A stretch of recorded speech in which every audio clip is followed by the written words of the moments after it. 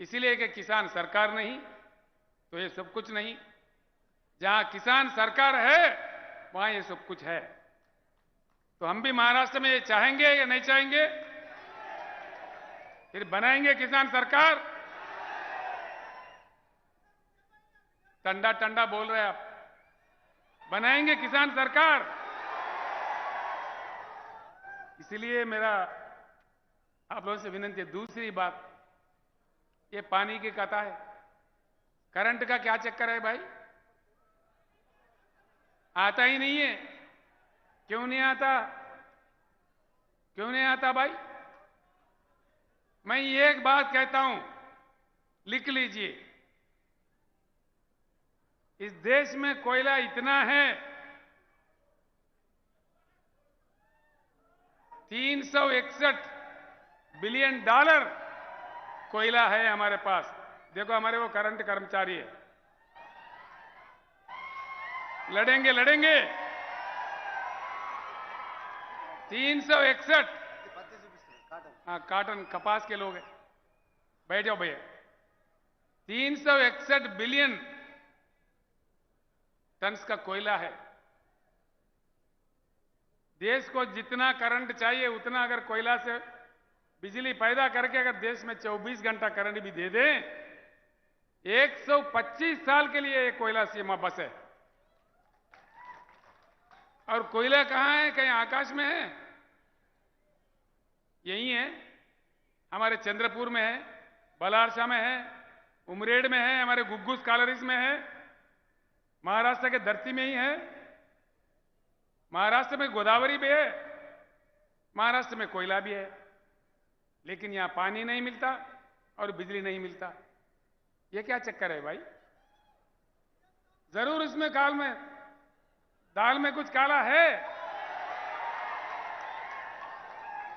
ये बात अगर आप सही समझ जाओ, इसमें कोई संस्कृत नहीं है, कोई अंग्रेजी नहीं है, कोई जर्मनी जापानी भाषा नहीं है। कौन सा बड़ा समझने की बात है इसमें?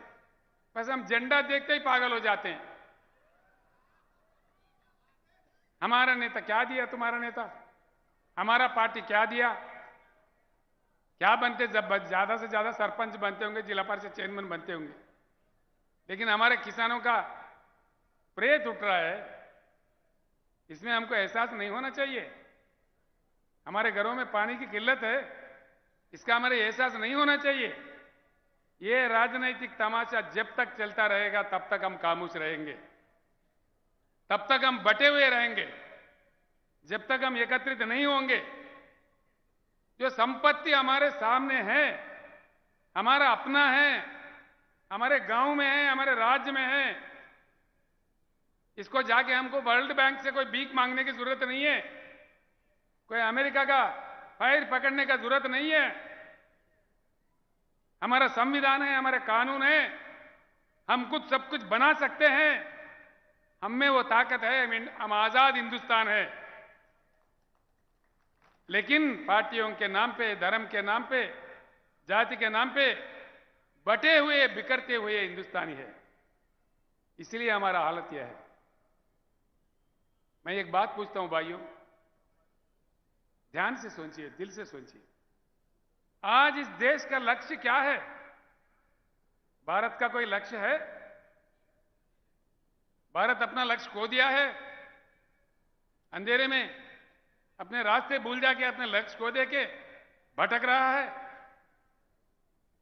बस चुनाव जीतना ही लक्ष्य है, कोई लक्ष्य नहीं है। चुनाव जीतो, दंगा करो, फसाद करो, जाति भेद लाओ, मतभेद लाओ, करोड़ों खर्च करो, शराब पिलाओ, हत्या करो, लेकिन चुनाव जीतो। कब तक जिताते रहेंगे? आकर हम तंग नहीं हो रहा है? जिता जिता के थक गए भाई। कितने आते हैं वोट भिखारी,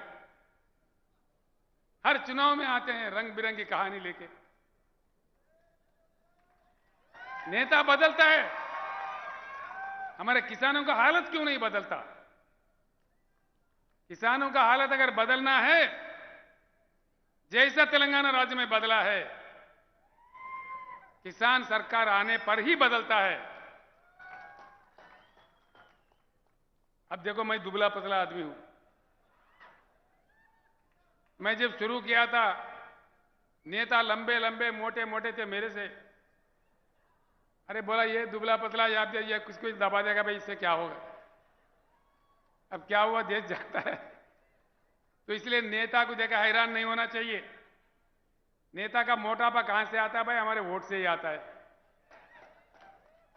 नेता बनता कहां से है? नेता का शक्ति क्या है? जब हम ये बात जान गए, जब तक ये बात नहीं समझेंगे भाइयों मेरे बहनों, हमारे को मुक्ति नहीं मिलेगा। हम ऐसे ही आत्महत्या करते रहेंगे, लेकिन हमारा कोई देखेगा नहीं। वो लोग हमको लाइट ले लेंगे। दूसरा बात, मैं आपको आश्वासन देता हूं, अगर आप किसान सरकार बनाओ, गुलाबी सरकार बनाओ, 2 साल के अंदर जगमगाता हिंदुस्तान जगमगाता महाराष्ट्र। हिंदुस्तान के हर गांव में, महाराष्ट्र के कोने कोने के हर छोटे छोटे कस्बे में भी 24 घंटा उच्चगत गुणवत्ता वाला पावर देंगे। ये मेरा आपसे वायदा है। ये हमने करके दिखाया है तेलंगाना राज्य में। जब वहां संभव है, एक बात और सोचिए, तेलंगाना 1/3 यानी कि 4 करोड़ तेलंगाना का आबादी है, छोटा राज्य है। महाराष्ट्र 12.5 करोड़ का आबादी है। तेलंगाना का बजट है 2.5 लाख करोड़। महाराष्ट्र का बजट है 5 लाख करोड़। जब तेलंगाना में किसानों को निवेश दे रहे हैं एकड़ में 10,000, क्या महाराष्ट्र में नहीं दिया जा सकता? महाराष्ट्र में क्या धन की कमी है? धन की कमी नहीं है यार, मन की कमी है। ये बात समझ जाओ। किसान भाई, अगर जो तेलंगाना में जो सुविधा मिल रहा है, सारे सुविधा अगर आप चाहते हो तो उठाओ गुलाबी झंडा और वार ऐसा करो कि खुद बन जाओ नेता। कोई नेता को देखा हैरान होने की कोई जरूरत नहीं है। हम में से ही नेता निकल आते हैं। ये जो नेता है बाल का सुमन है, कहां बैठा है? बाल का सुमन है, ये देखो कितना जवान है। ये कॉलेज में पढ़ रहा लड़का था, मेरे साथ जंग में आया था। कम से कम उम्र में ये पहली बार एमपी बन गया। उसके बाद 30 साल मेरा उम्र जब, हाँ, जब इनके 29 साल उम्र था एमपी बन गया। ये छोटा आदमी थे, विद्यार्थी थे। कहां से बनते हैं? हिम्मत है, ताकत है, लड़ते हैं, ईमानदारी की बात है। तो नेता को देखा हैरान होने की जरूरत नहीं, हम में से ही नेता को निकालना चाहिए। जब तक ये हम नहीं सीखेंगे तब तक हमारा कोई समाधान नहीं मिलेगा। ये बात मैं आपको समझा रहा हूं। 13 महीने भैया, अपमान का भी कोई हद होता है, कोई सीमा होता है। 13 महीने हमारे किसानों ने दिल्ली राजधानी पे धरना दिया। 750 किसानों का मृत्यु हुआ। एक शब्द प्रधानमंत्री के मुंह से, एक शब्द, कम से कम आंख से एक आंसू, क्या समझना चाहिए इसको? क्या हम इतना लाचार है? किसान इतना बेकार है? हम नहीं दिख रहे किसी को? 750 किसान मर गए। किसी ने पूछा प्रधानमंत्री जी, ये इतने लोग मर गए, कुछ तो उनका सहायता करो। क्या वो मेरे लिए मरे क्या? प्रधानमंत्री खुद ऐसा कहता है तो देश का हालत क्या होता है? तो किसानों के लिए उनके दिल में कितना इज्जत है, सोचिए।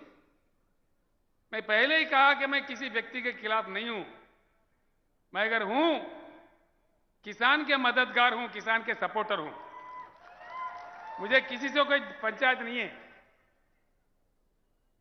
मैं चाहता हूं दिलो दिमाग से कि इस देश में किसी भी कीमत पर किसानों का आत्महत्या रुक जाए, हिंदुस्तान के रेकड़ में पानी आ जाए, 24 घंटा उच्च गुणवत्ता वाली फ्री करंट मिले, किसान के पैदावारी को पक्का अच्छा दाम मिले, उनका रक्षा हुए, उनका बीमा किया जाए।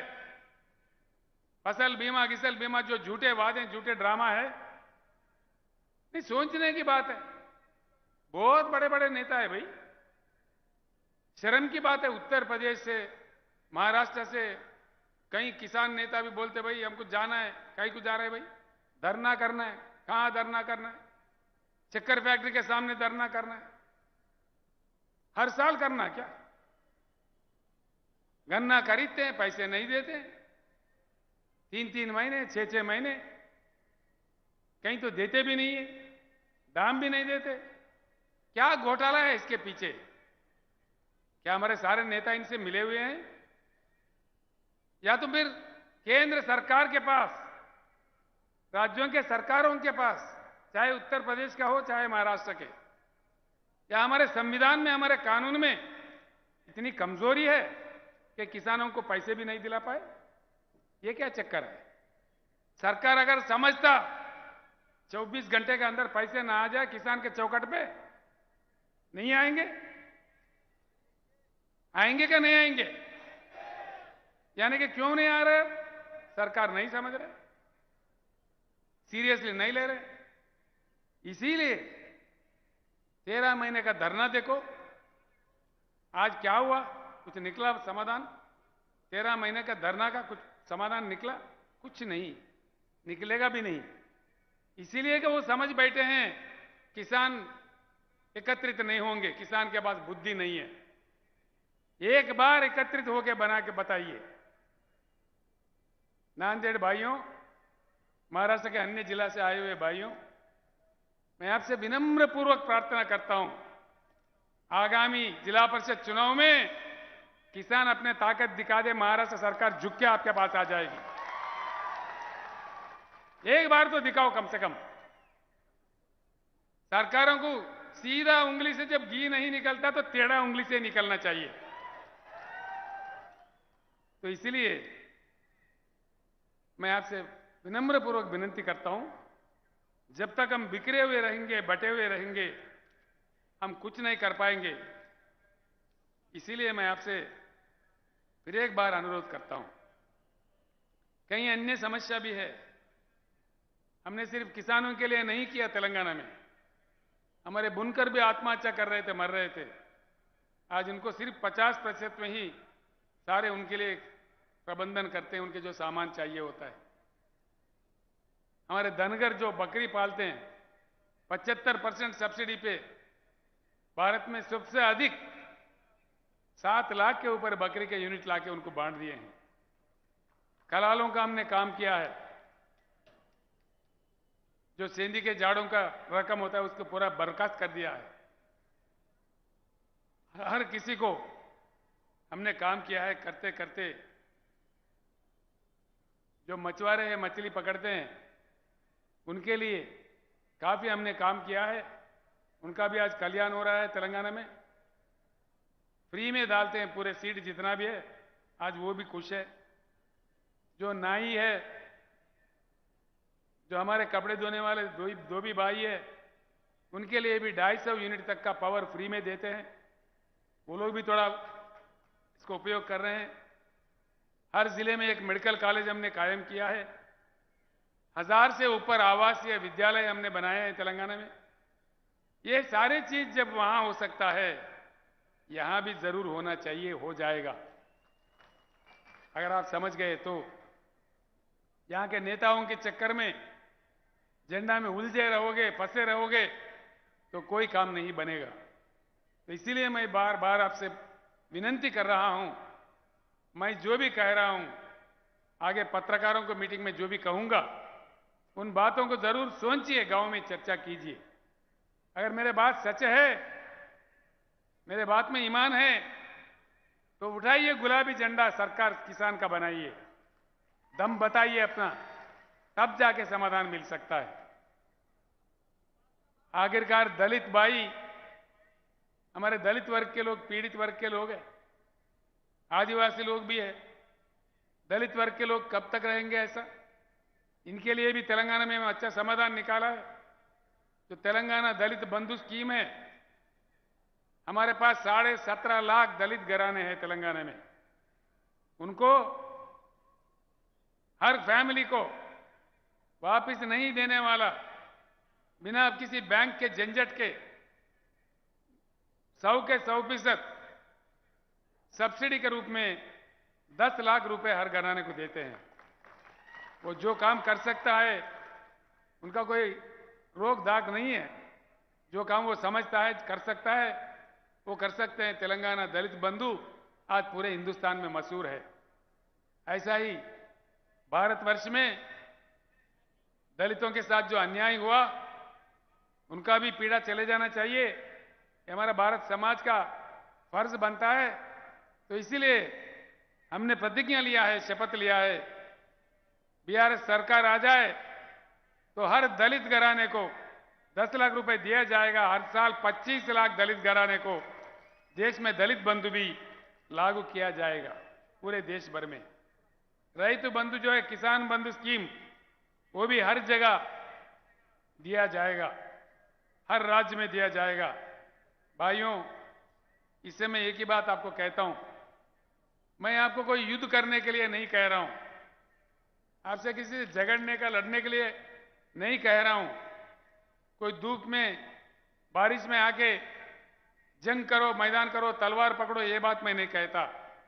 बस सिर्फ इतना करो कि बैठो, समझो, चर्चा करो, एकत्रित हो जाओ। हाँ, ऐसा उंगली से मारे तो मार नहीं लगेगा, मुट्ठी भर के पचकड़ मारो तो जबरदस्त मार लगेगा। उंगली बन के नहीं रहना है, मुट्ठी बन के रहना है।